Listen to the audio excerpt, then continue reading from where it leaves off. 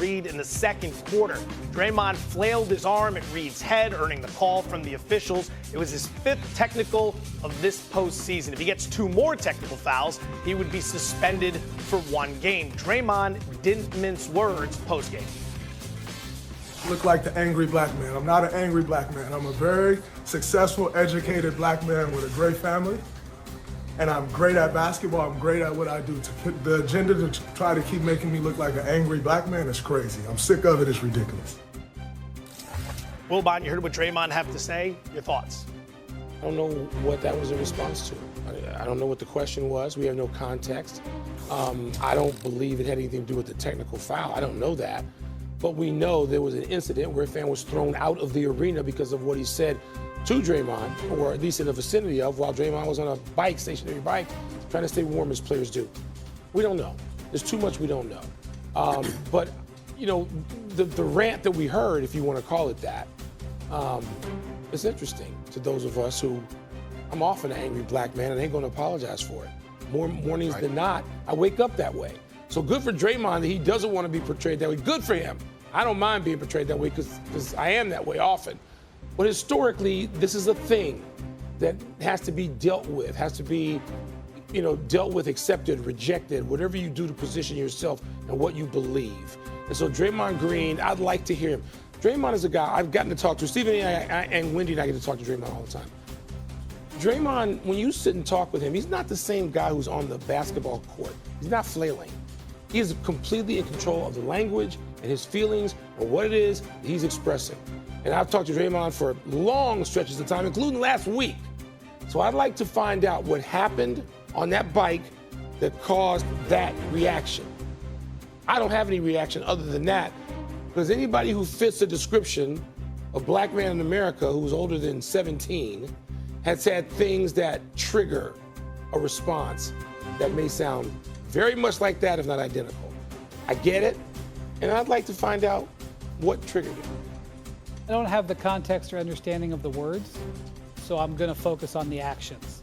Focus on the actions that happened on the court. He's played 9 games this playoffs. He has 5 technicals and 2 flagrants. Okay? He was fortunate, although if you talk to people in the league, one of the things that drives him crazy is how what Draymond gets away with after he gets called for a technical. He was fortunate in this game that the officials didn't throw him out with a second technical after his reaction to this, because he stood in Tyler Ford's face and barked at him 2 or 3 times over. He's fortunate he didn't get thrown out of this game, and that would have been a 6th technical. Okay, so just keeping that in mind. We Gene for the flagrant foul that he got in Game 6 of the last series, which he thought screwed that game up against the Rockets. This has repeatedly happened, and once again, for the umpteenth time after the game, Steve Kerr gives his defense of Draymond, which is he plays on the edge, and sometimes we deal with him going into this. That's all fine. They have made the calculation in the investment. They see 4 rings. His flagrants may have cost them a ring, and if he helped you win 4 and cost you 1, that percentage is what they're willing to live with. They pay him, they love him, they've decided to embrace him. But he has no margin for error now with Steph out. Just can't.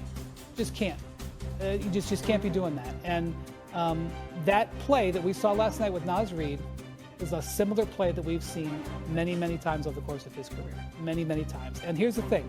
2 of the technical fouls that he has so far in the postseason have been dead ball technicals. The clock actually stopped here because there was a foul on Naz Reid. Naz Reid fouled him. If you hit a guy like that after the dead ball, it's not a flagrant, it's a technical. It's the second time that's happened. Had those been flagrant fouls, he'd be suspended because he would have enough flagrant foul points. So he is riding right on the edge in a moment where the Warriors are desperate for anybody to be there. Any words he has going forward, whatever happened to get him to say that after the game last night, it seems like it was very unfortunate. Going forward, no more technicals, no more flagrants, can't afford it, he knows it. Stephen A. There's 2 points. There's 2 points to address here. I'll get to the other stuff Wendy just alluded to later. First order of business is him being portrayed as an angry black man. There are angry white men in this world. there are angry Hispanic individuals in this world. As black men, we're entitled to be mad. We're entitled to be angry when it's called upon. And I remember years ago when I was in Indiana covering Allen Iverson, and there was this big brouhaha about somebody who had spewed some racial epithet in his direction. Wilbon, you remember that. I'm sure you do too, Wendy, as well.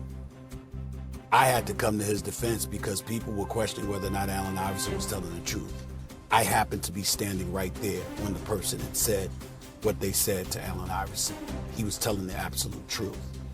I remember Russell Westbrook looking at a fan in Utah and screaming on everything I love, you know, basically threatening him, like, I'm gonna deal with you, because the guy was screaming some stuff at him and it was highly offensive to Russell Westbrook. Players go through these things sometimes, and you do have fans who pay this, you know, pay the price for tickets, and clearly, especially if they're inebriated, they just feel emboldened to say anything that they want.